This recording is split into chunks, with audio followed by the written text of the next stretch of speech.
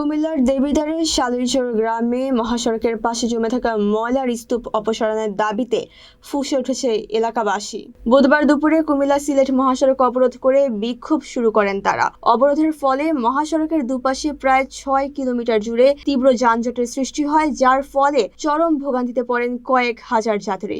বিক্ষোভকারীদের অভিযোগ, দীর্ঘদিন ধরে মহাসড়কের পাশে ময়লা ফেলে আসায় দুর্গন্ধে এলাকার বাতাস ভারী হয়ে উঠেছে। বিষয়টি বারবার স্থানীয় জনপ্রতিনিধি ও প্রশাসনকে জানানো হলেও কোনো কার্যকর সমাধান মেলেনি। অবশেষে কোনো উপায় না পেয়ে রাস্তায় নামতে বাধ্য হয়েছেন তারা। তাদের আশ্বাসের পরিপ্রেক্ষিতে প্রায় 1 ঘন্টা পর এলাকাবাসী অবরোধ তুলে নিলে যান চলাচল স্বাভাবিক হয়। তবে বিক্ষোভকারীরা হুঁশিয়ারি দিয়েছেন, দ্রুত এই ময়লার ভাগাড় অপসারণ করা না হলে ভবিষ্যতে আরো কঠোর কর্মসূচি পালন করা হবে।